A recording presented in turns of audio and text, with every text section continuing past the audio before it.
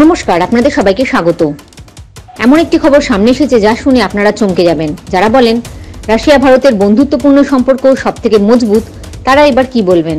খবর অনুযায়ী রাশিয়া তাদের আধুনিক সুপারক্যাম S-350 ড্রোন পাকিস্তানকে বিক্রি করছে ভারতের সীমান্তবর্তী অঞ্চলে, বিশেষ করে রাত্রে নজরদারি চালানোর জন্য। প্রসঙ্গত জানিয়ে দিই, ড্রোনটি 4-5 ঘন্টা উঠতে পারে এবং 120 কিলোমিটার ঘন্টা গতিতে উঠতে পারে।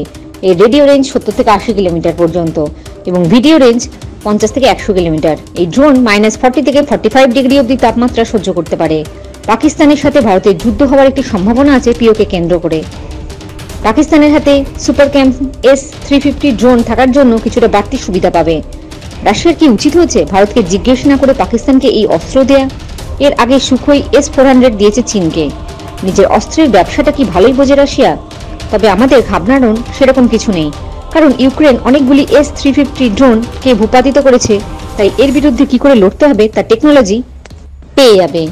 রাশিয়াকে শিক্ষা দেওয়ার জন্য এবার দেখবেন সরাসরি ইউক্রেনে আর্টিলারি, গোলা এবং যুদ্ধের সরঞ্জাম সাপ্লাই দেবে সরাসরি। যে দেশ ভারতের বিরুদ্ধে গেছে তাদের কিছুদিনের মধ্যেই ভারত জবাব দিয়েছে। এখন দেখুন কবে জবাব দেবে রাশিয়াকে এবং কিভাবে। জয় হিন্দ, জয় জওয়ান, জয় কিষান।